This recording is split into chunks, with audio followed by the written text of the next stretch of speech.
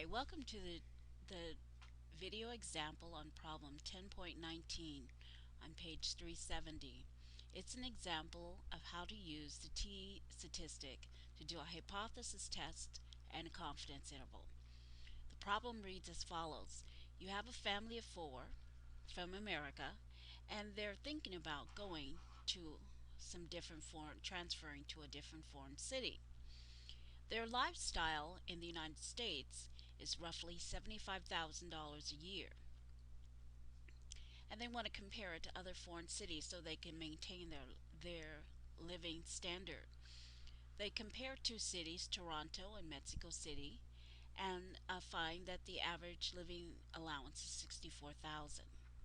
Now suppose an executive wants to determine whether there is any difference in the average annual cost of supporting her family of four in the manner to which they are accustomed between Toronto and Mexico City. She uses the following data randomly gathered from 11 families in each city and there is an alpha level or level of significance of 1% to test the difference. She assumes the annual cost is normally distributed and the population variances are equal. What does the executive find? Well, the first thing we're going to do is we're going to run the data analysis tool. So if we click on the data tab and then go all the way to the right to data analysis, we will find, first look up T two-tailed test assuming equal variances, and I'm going to click OK. I go to the data, alright, and I'm going to click on the first one, which is Toronto. The second one is, let me go here. The first one is Toronto, so I'm going to select Toronto, and I click again, and I have a variable range 2, and I go to my data, and I'm going to say Mexico City. Now I've clicked the labels, so I'm going to click labels here. My alpha level is 0.01, and I'm going to output my results in a worksheet that's called 2 sample t-tests. Okay, and I click OK. And I'm also going to hypothesize there's no significant differences between them, so the hypothesized mean difference will be 0. Okay, here's the data. First thing I'm going to do is make it larger so we can all see. Okay, and I have the following data. I have the means, I have the variance, I have pool variance. There's 11 observations in each of the samples from Toronto and Mexico City. We're interested in a two-tailed test because we want to know if there's any significant difference whatsoever. Whether one is larger or smaller, we want to know what the significant difference is. This right here is our p-value. Okay, and then this is our critical two-tailed t value. If we go to our answer, we would do a hypothesis test where we have H naught is the mean for Toronto equal to the mean for Mexico City. The alternative is that the mean from Toronto is not equal to the mean from Mexico City. Our alpha level is 1%. We have a t-value.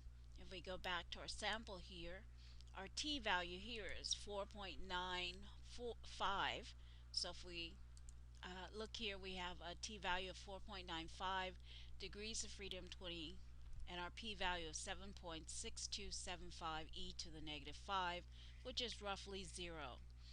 Since the 0 is less than 0.01, we're going to reject H naught, and that says that the data suggests there's a significant difference in the dollar cost of living for Toronto and Mexico City.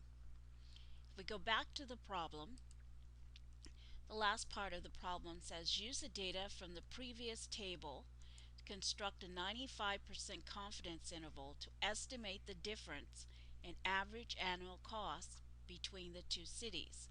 Okay, we're going to go to our answer. Here we have it. And what we need is a significant, for the 95% confidence interval.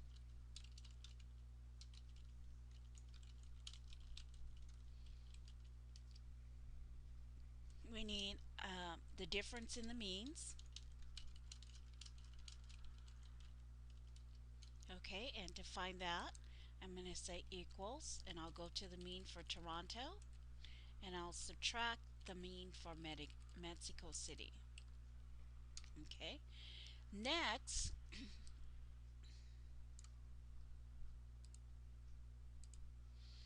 I'm going to find the t-value, the significant t-value, critical t-value for a 95%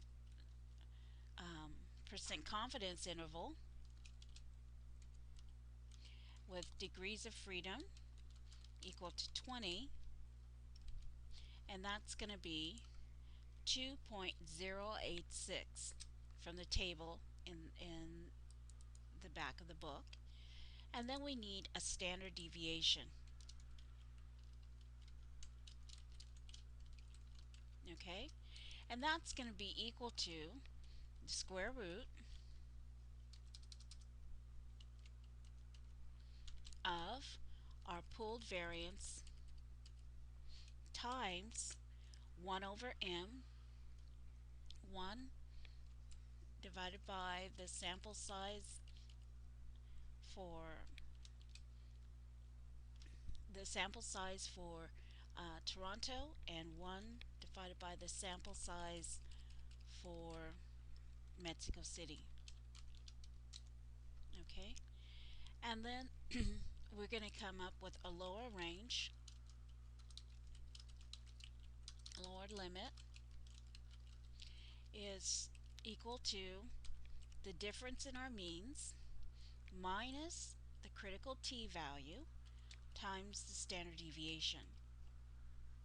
And that's going to give us a lower limit of 2,258. That's my lower limit.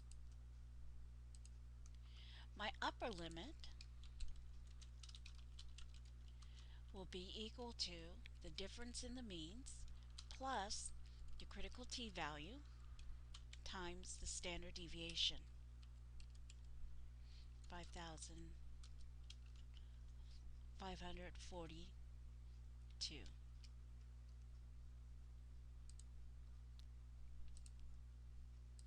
So we can say that we are 95% confident that the difference in the means are between $2,258 and $5,542.